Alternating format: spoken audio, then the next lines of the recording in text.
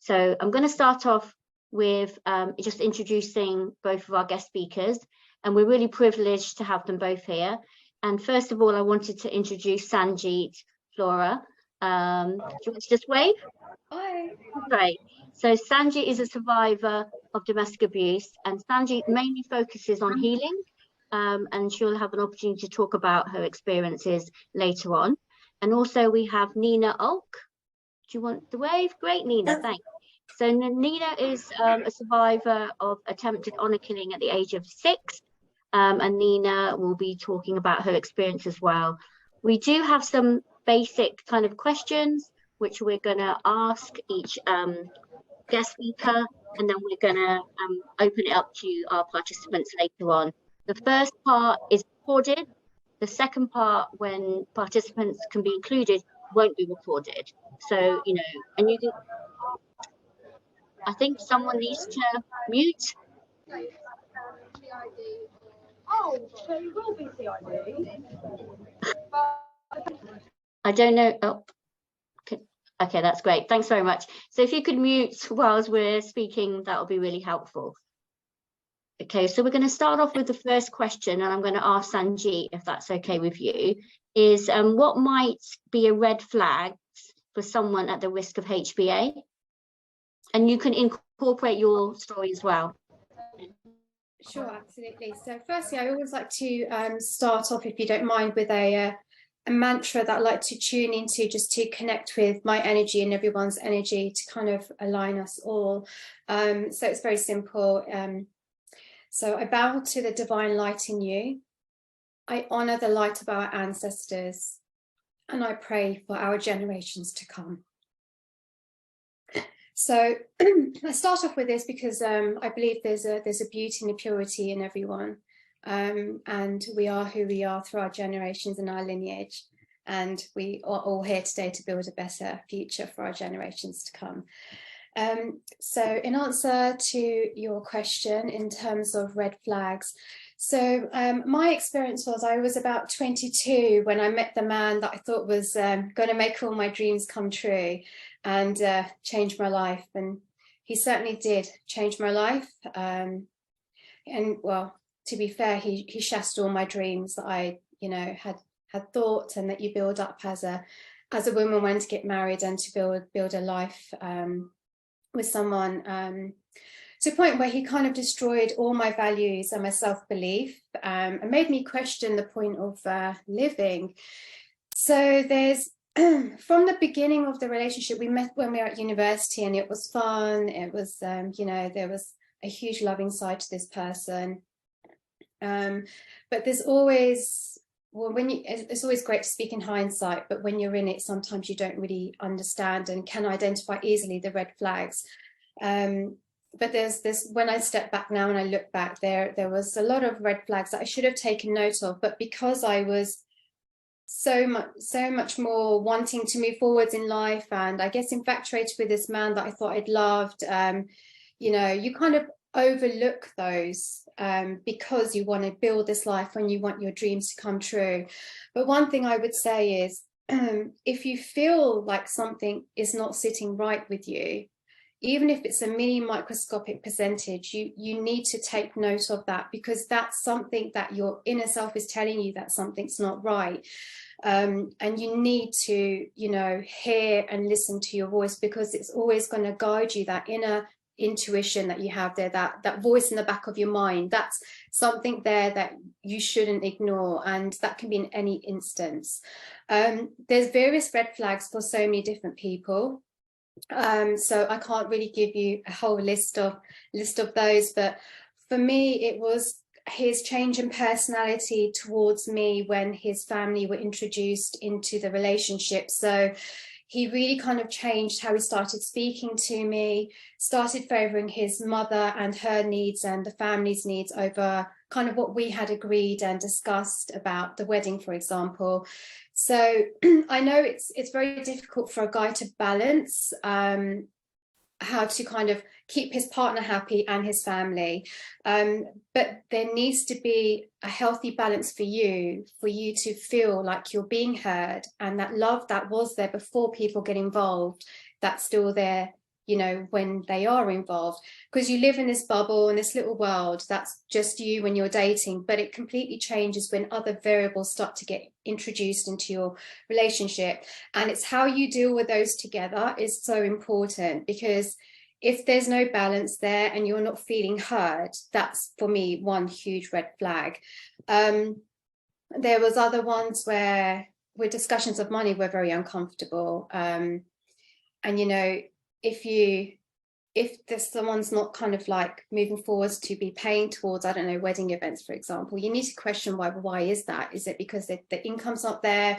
Or is it because they, you know, they're just trying to use you for your resources? You know, there's that side of things as well. There's red flags in terms of how the families mingle and operate. So being an Indian, you know, you're not just marrying a man, you're marrying the whole family and, you know, the culture, and how they communicate with one another, the level of respect that they show, and, you know, how you kind of work together to make something happen is also a big reflection of how things are going to be going forwards. But what I would say is the most important red flag to me is always listen to your intuition, because if something is not sitting right with you, it's not right. It really doesn't matter how small that matter might be or insignificant it could seem to you, but in a longer picture, in the grand scheme of things, it can add up to be a horrific experience for you. So, you know, if I'd listened to perhaps, oh, okay, why is he treating me so differently right now? You know, it was a huge indicator as to his change in his personality and the extremities of how he became towards me within the first year of being married. So that's kind of, there's a lot of other red flags as I mentioned, but, you know, that's what I'd kind of say. Thank you, Sarnjit. Before I come to Nina, I'll just go back to say that, do you think, or was there lack of awareness before when you're in that situation about red flags, or, you know, because you're saying, yeah, absolutely, because you know what I'm saying? Yeah, absolutely. I think there is lack of awareness because we're not educated in that respect. You know, we're not told to look out for these feelings or these red flags, and we're not given a checklist or anything like that. But I do think if we, as people who've kind of experienced this now, flow this through to our younger generations, then help them identify, well, why are you feeling upset? Is it because it's just a relation? Is it just a difference of matter of opinion, or is there something deeper there?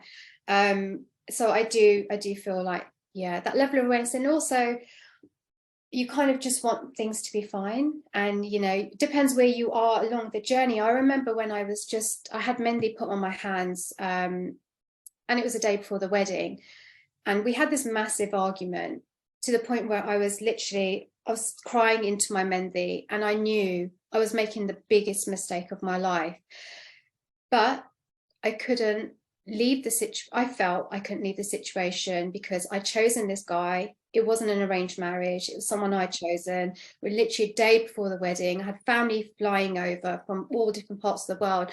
How could I now step out of this situation?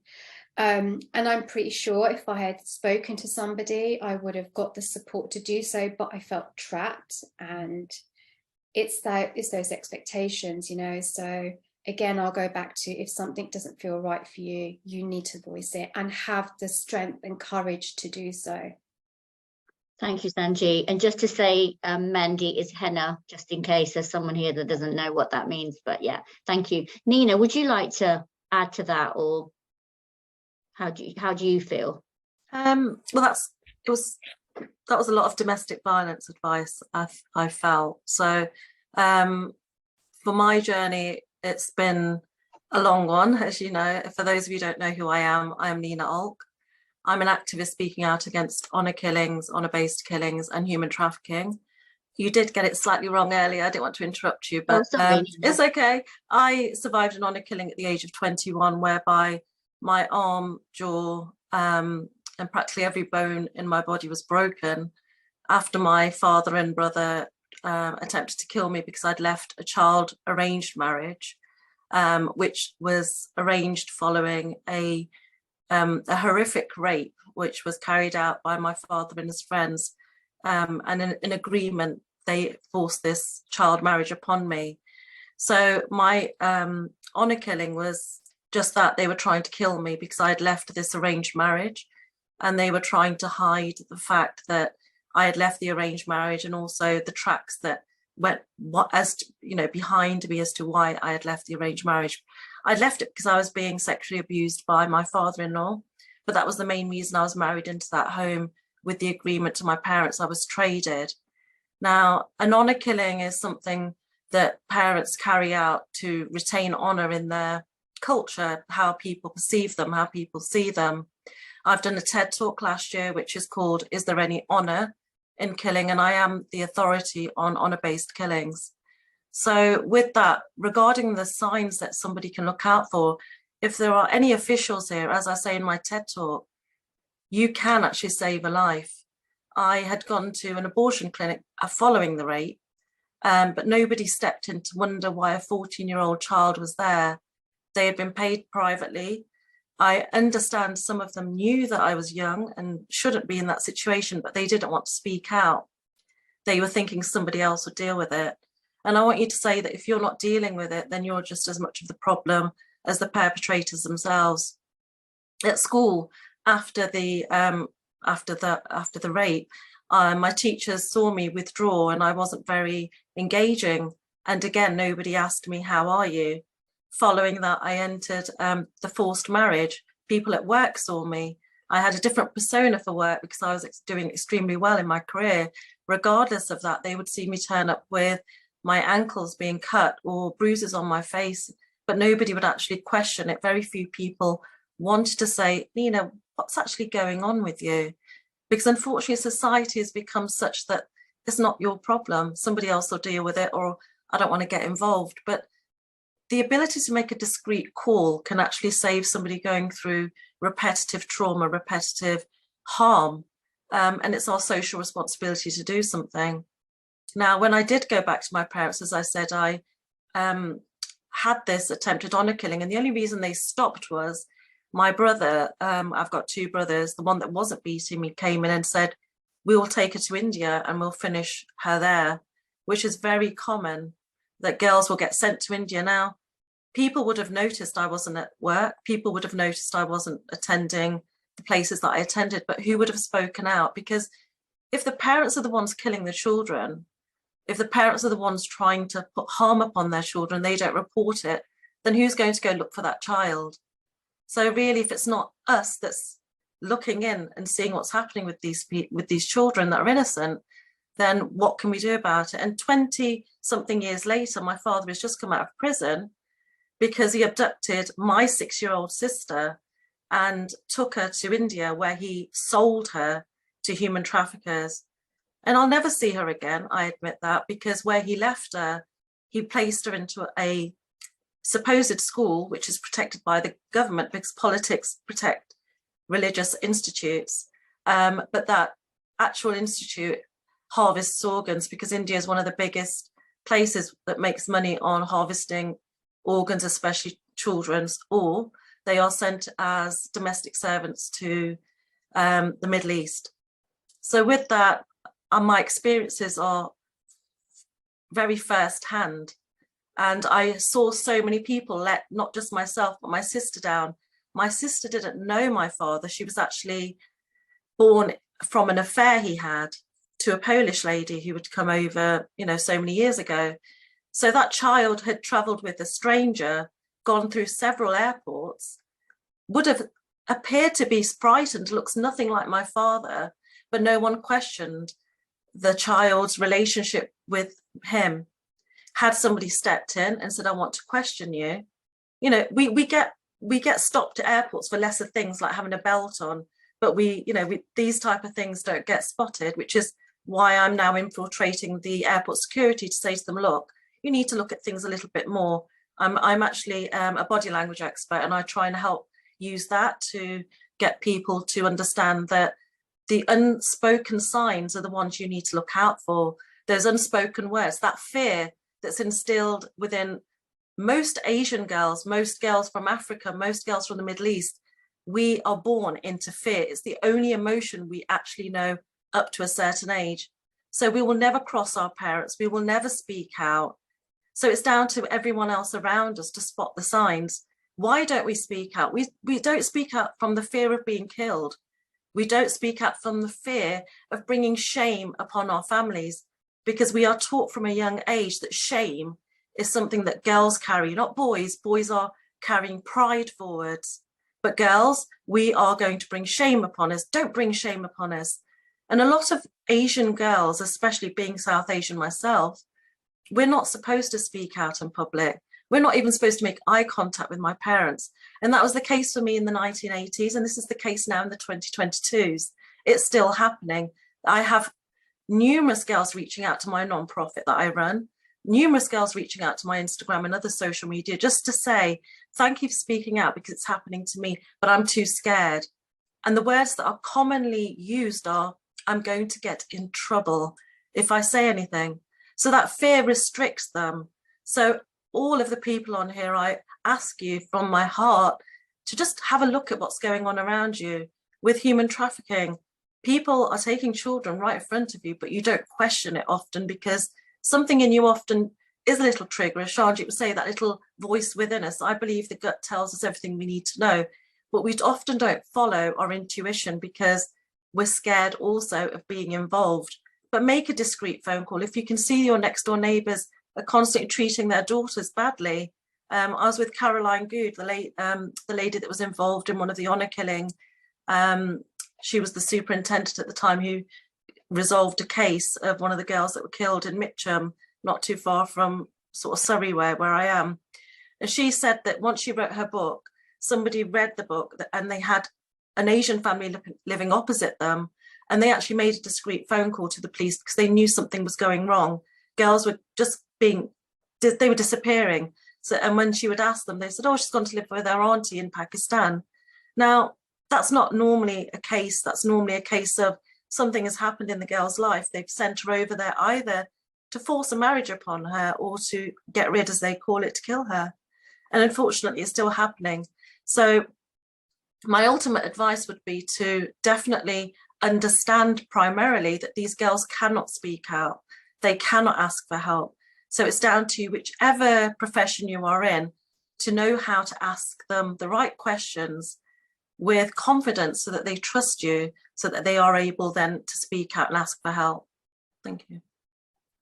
Thank you, Nina. There was a lot in there that we can pick up later, but I would say there are survivors, other survivors besides yourself and Sarnjit on the call today, and some of the experience that you've talked about, they've talked about previously.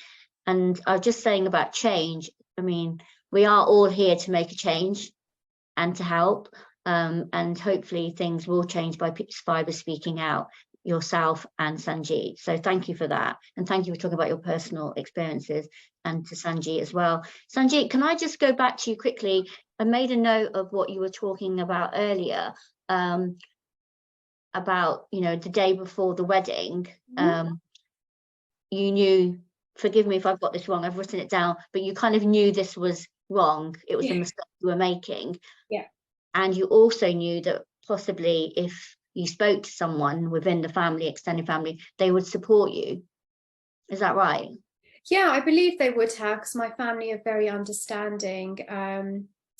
So what was the ultimate thing that was really stopping you? You know, I mean, Nina talks about shame, about, you know, that element, and the fact that you wanted to marry this person, it's not a forced or arranged marriage. In a way, was there more pressure for it to work? Does that make sense? I think if there was pressure, it was from myself, not from anybody externally. There was a sense of, I didn't want my parents to, I didn't want to let them down. So these were all self-inflicted thoughts. But I guess it's more of a cultural, societal thing that is, you know, conditioning from a young age. Not to say that, you know, that's something that my parents did, because they didn't. They're very down to earth and open to hearing my opinions. But I think it's what you see around you, and, you know, how you hear your society speak about about, oh well, did you hear what happened to so, you know, those sorts of things. And so for me it was more of a, I can't let my parents down. And there was also an element of hope. It will be okay because he loves me. And this was a mantra that actually kept me in this situation for so long. It will be okay, he loves me, or it will be okay when there was a physical abuse. If I don't say this, then this won't happen to me, you know. But in answer to your question, it was more a case of I was hopeful. And I was thinking, well, it's just wedding pressures and, you know, it'll be okay. But, you know, that gut feeling that I keep mentioning, I knew it wouldn't be okay. So yeah, there's huge sense of responsibility because I'd chosen this partner, and why would I be stepping out of it? So I think it was more a process of me not having that strength to do that. Did that answer your question? Yeah, definitely. And it also, you know, the day before the wedding, it's, you know, it takes a lot of courage and bravery to say, well, actually, this is not what I want to do. So it's very difficult. And can you just expand a little bit about what happened after your wedding, if you feel comfortable doing that? Yeah, absolutely. So on the wedding day, there's just these small forms of control where he kind of told me to shut up at the Gurdwara in front of his family,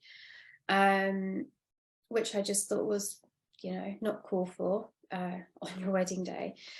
And then on our honeymoon, the abuse kind of started from there, really, where he like slapped me across the face, to the point where I had a remote control in my hand and it went flying. I grabbed my passport to kind of leave, but then, and I hid in a hallway. I remember it was near the steps of the spa because I knew that was the only place that there's not a lot of passing peak traffic. So for me to think, basically, he came and found me, convinced me that he was so sorry, he wouldn't do it again. And then it kind of, from there, it escalated. It got, you know, it just, the series of incidents got worse. There was one where he came back from work and he was really angry and upset about his day or something, and he decided just to take it out on me, and he started swearing at me, being very, very abusive in what he was saying. And I wasn't taking it. I was like, you know, you can't speak to me like that. Who do you think? We end up in an argument, but to the point where he physically bashed my face against the wall repeatedly, and I kept trying to fight back.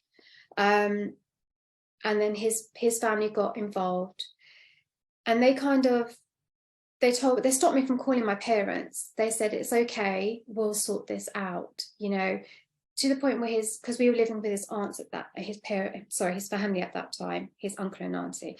And his auntie said, you know, this happens in this family.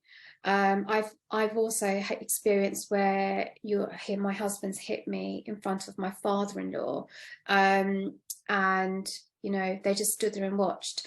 So it's a cultural thing, that a family thing that's gone on in their household.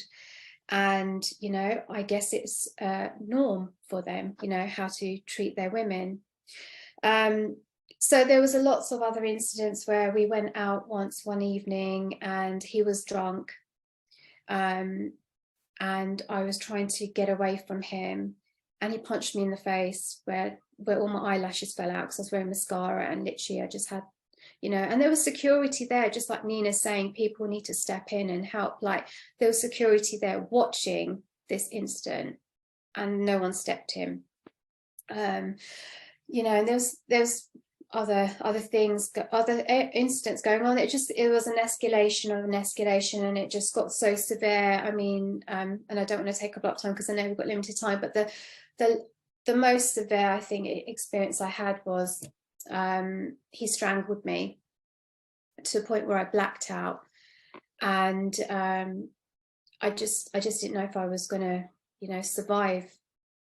Yeah, absolutely, I was petrified, and I was struggling, trying to like fight, because there's this fight inside you when you're in these environments where you have to try and survive, you have to try and save yourself, and you'll never give up. Like, there's always that piece of energy in you. I don't know where it comes from, but it's there.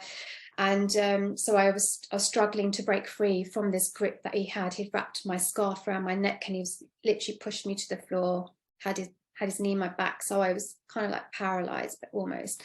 And every time I struggled, his grip got stronger, to the point where I blacked out.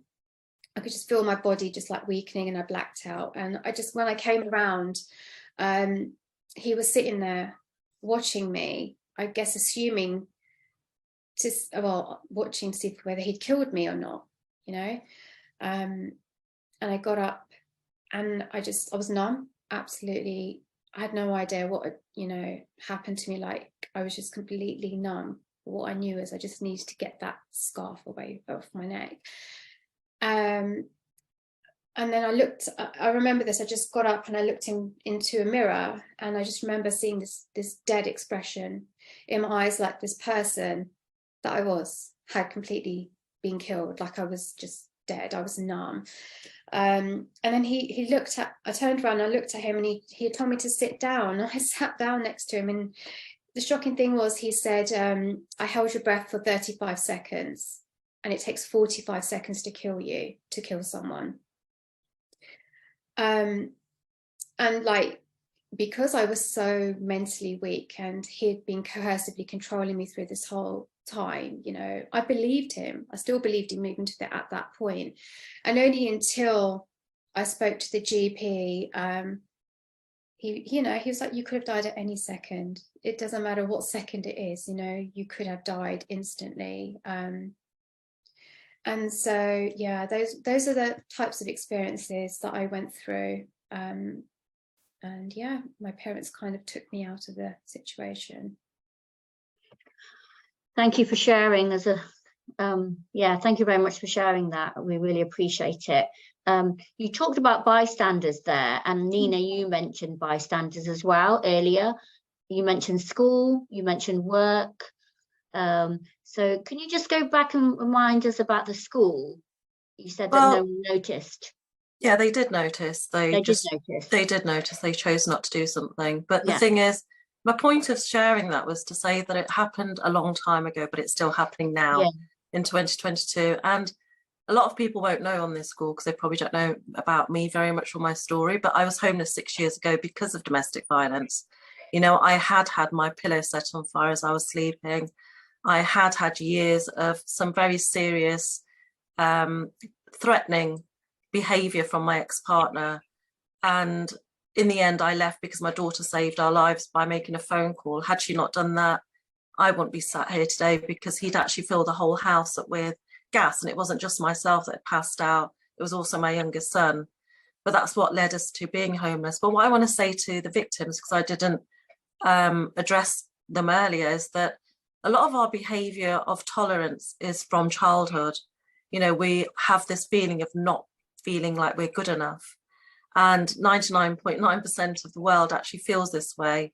I'm a mindset coach for UFC and MMA fighters, very, very elite ones. And even they don't feel good enough.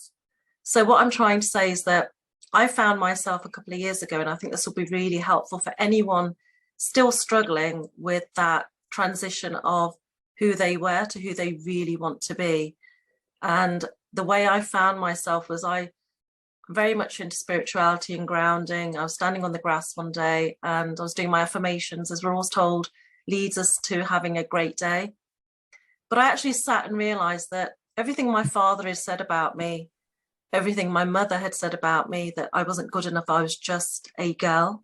And I've said this at Scotland Yard, because I've spoken Scotland Yard in Parliament too. None of that really mattered. All that mattered was what I wanted to be and what I saw myself as. So I decided to unlearn all the things I had learned in my life, which isn't easy. But if any of you can do that, and you can actually say to yourselves, who do I really see myself as? And I decided I was going to be a smiley, beautiful person, because that's who I felt I was. I wasn't that let down of a daughter. I wasn't that just a girl. Actually, I was an empowerment to other people. I was empowering girls and men, because as we know, men suffer too. And the point of that is to say that you are loved, but love has to start from within you. Don't look for it from external places, as I was all my life, wishing my father would love me, my mother would love me, my father-in-law, my in-laws, whoever it was, even my ex-partner. For 23 years, I tried to please him, but I never thought about me. But when you start to think about yourself, that's when things change completely. And everyone that's been through any kind of abuse on this call today, I want to reach out to you wholeheartedly and say that you are loved. You know, I'm an extension of love to you. So please give yourself a little break sometimes when you're having those tough moments. Try not to let those voices from the past really bring you down, and know that you are worth so much more than you can see for yourself sometimes. Thank you. Thank you very much, Nina. Yes, you're right about unlearning is very difficult when you've been told certain things, even by your teachers, by your peers, etc. They stay with you, unfortunately, for a long time until you unlearn them, which is hard, but it can be done. I'm going to end on questions there because we haven't got much time left. It's gone really quickly. But if anybody has any questions, please, we've got some things in the chat by saying, you know, thank you for sharing to both of you. I'm going to read this one out because it's there public. It says, I need to forgive the abuser and the culture that he was a product of. That's an interesting statement because forgiveness isn't easy. No. Does anybody, I don't know, the person that's put that up wants to say anything, or what I've read out is okay, but thank you for that. Does anybody want to talk about can I address forgiveness, just generally forgiveness? Yeah, can I address that? And can I address the person that's actually been brave enough to say, you know, I see you. I see that you have put your feelings down into words, which is very difficult. It makes you very vulnerable. But I also wanted to say that you are not that culture. You know, you're born into a culture that you have very little control over. And I love my parents. I love my father, my mother, for all of the things they did wrong to me. I love them more. For my ex-partner, for giving me 3 wonderful children, and for teaching me. I often say my father didn't teach me how to ride a bike, but he taught me how to love unconditionally.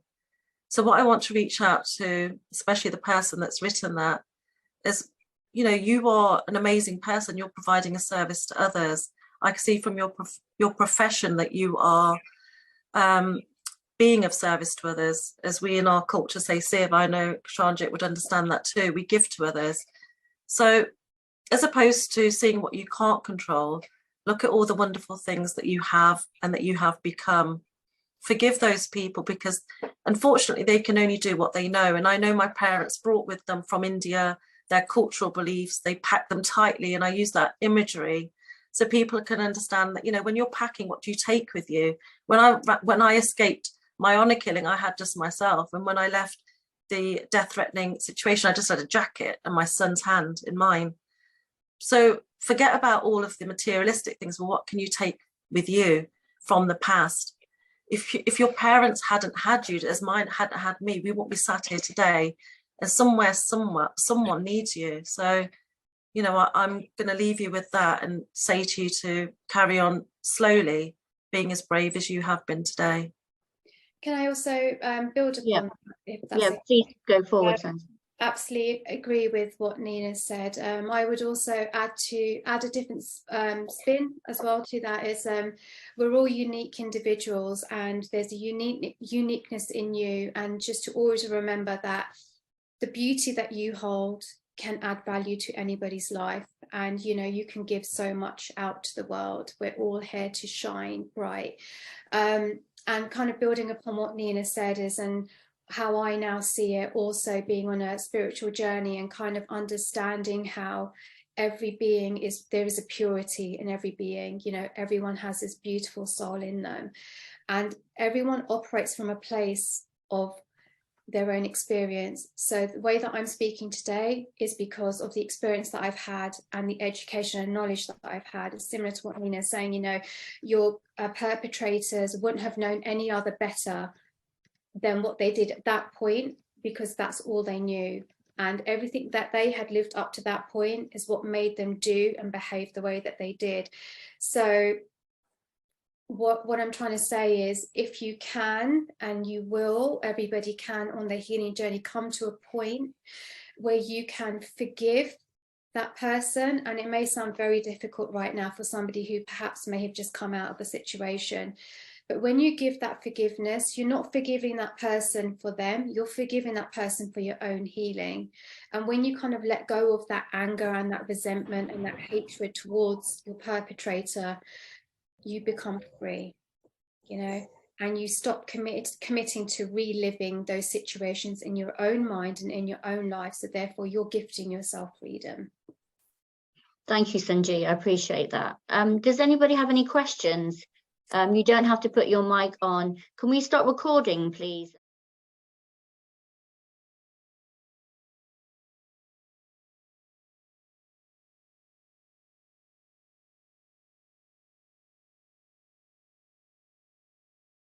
Ba-da-bum-bum-bum.